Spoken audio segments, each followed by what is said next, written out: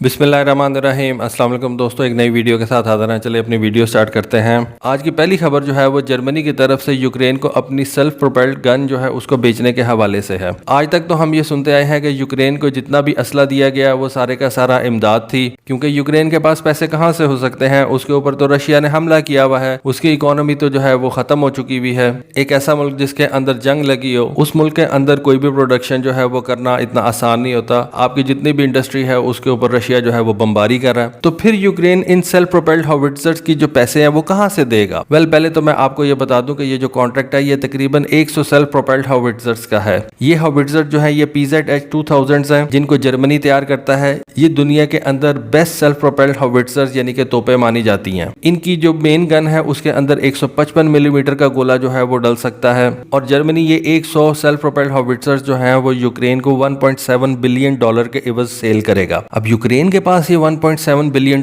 कहां से आएगा? ये $1.7 बिलियन उसको कर्जा दिया जाएगा। पर एनीवे यूक्रेन को आधा तो तबाह जो है वो रशिया ने कर दिया है, अब बाकी तबाह जो है वो यूक्रेन को ये कर्जा कर देगा। चलें आज की दूसरी खबर की तरफ चलते हैं। जैसा कि मैं आपको पहले अपनी कई वीडियोस के अंदर बता चुका हूं कि तुर्की जो है वो अब ड्रोन की फील्ड के अंदर बहुत ज्यादा आगे जाता जा रहा है। और आर्मेनिया और अजरबैजान की जंग के अंदर ये बेरख्तार TB2 ड्रोन ने जो है वो बहुत बेहतरीन परफॉर्मेंस दी थी। अजरबैजान ने तुर्की से ये TB2 ड्रोन जो है वो हासिल कर रखे थे, और इन TB2 ड्रोन को इस्तेमाल करते हुए अजरबैजान ने आर्मीनिया की आर्मी का जो है वो कबाड़ा निकाल दिया था। पाकिस्तान एयरफोर्स ने भी ये TB2 ड्रोन्स जो है वो परचेज कर रखे हैं। अब खबर आई है कि बांग्लादेश जो है वो भी ये बेरख्तार TB2 ड्रोन्स जो है वो परचेज करने जा रही है। देखिए मैं ये समझता हूँ कि ये जो TB2 ड्रोन्स हैं इनके बिकने की जो सबसे बड़ी वजह है वो ये है कि एक तो ये बहुत ज्यादा बड़े नहीं है मेल ड्रोन्स। 25,000 फुट की बुलंदी के ऊपर ये जा सकते हैं। को बहुत ज्यादा हैवी वेपन्स ये उठा नहीं सकते, लेकिन इतने के वेपन्स ये जरूर उठा सकते हैं कि ये आर्मर्ड व्हीकल्स यानी कि टैंक्स और APVs को जो है वो नुकसान पहुंचा सके, और जो दुश्मन आपकी तरफ बढ़ रहा है उसकी एडवांसमेंट को ये रोक सके।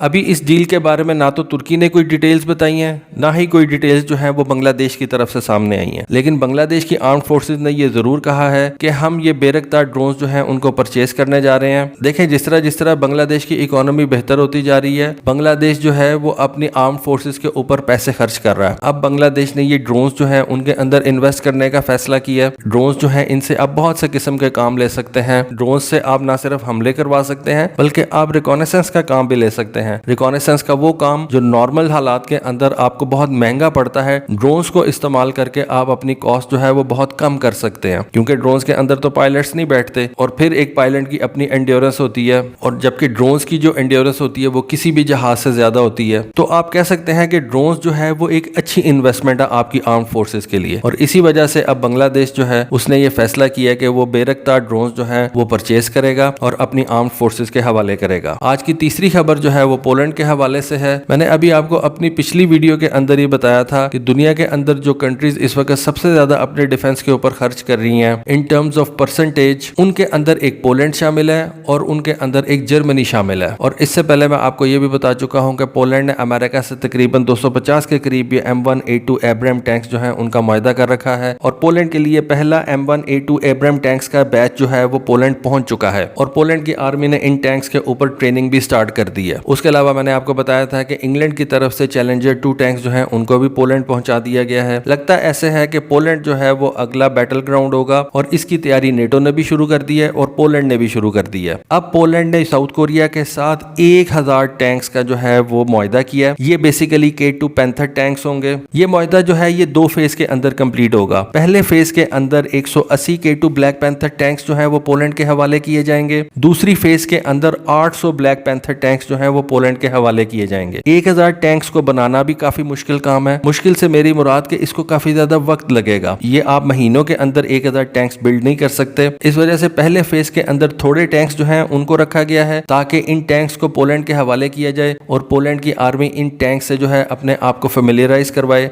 अपने क्रू को जो है वो इन टैंक्स के ऊपर ट्रेनिंग दे। दूसरे फेज के अंदर 800 टैंक रखे गए हैं और ये बेसिकली एक बड़ा ऑर्डर है। इन 1000 पैंथर टैंक्स को हासिल करने के बाद पोलैंड के आर्मर्ड डिवीजन की जो ताकत है वो 10 फोल्ड्स बढ़ जाएगी। पोलैंड को जो टैंक्स फराहम किए जाएंगे उनके अंदर पोलैंड के मुताबिक जो है वो मॉडिफिकेशंस की जाएंगी और इन टैंक्स को K2PL का नाम दिया जाएगा। आज की अगली खबर जो है वो इंडियन नेवी के विक्रांत एयरक्राफ्ट कैरियर के हवाले से है। काफी देर से मैं आपको वीडियोस में बताता चला आया हूं कि इंडियन नेवी ने अपने विक्रांत एयरक्राफ्ट कैरियर का जो प्रोग्राम है उसको फास्ट ट्रैक कर दिया है और रिसेंट मंथ्स के अंदर उसके सी ट्रायल को बहुत तेज कर दिया है और एक अंदाजे के मुताबिक ये एयरक्राफ्ट कैरियर इंडियन नेवी के हवाले अगस्त के महीने में किया जाना था, लेकिन इस एयरक्राफ्ट कैरियर को 28 जुलाई 2022 को ही इंडियन नेवी के हवाले कर दिया गया। इस एयरक्राफ्ट कैरियर की हैंडिंग ओवर सेरेमनी जो है वो कोचिन शिपयार्ड के अंदर मुनक्किद की गई थी। ये कोचिन शिपयार्ड वही है जहां पे इस एयरक्राफ्ट कैरियर को जो है वो बनाया गया है। इस एयरक्राफ्ट कैरियर को इंडिया का इंडिजिनस एयरक्राफ्ट कैरियर जो है वो कहा जाता है क्योंकि इस एयरक्राफ्ट कैरियर का डिजाइन जो है वो इंडियन नेवी के in house directorate of naval design ने जो है वो बनाया था और उसके बाद ये डिजाइन जो है वो कोचिन शिपयार्ड लिमिटेड के हवाले किया गया और उन्होंने इस डिजाइन की बेस के ऊपर इस विक्रांत एयरक्राफ्ट कैरियर को जो है वो बिल्ड किया।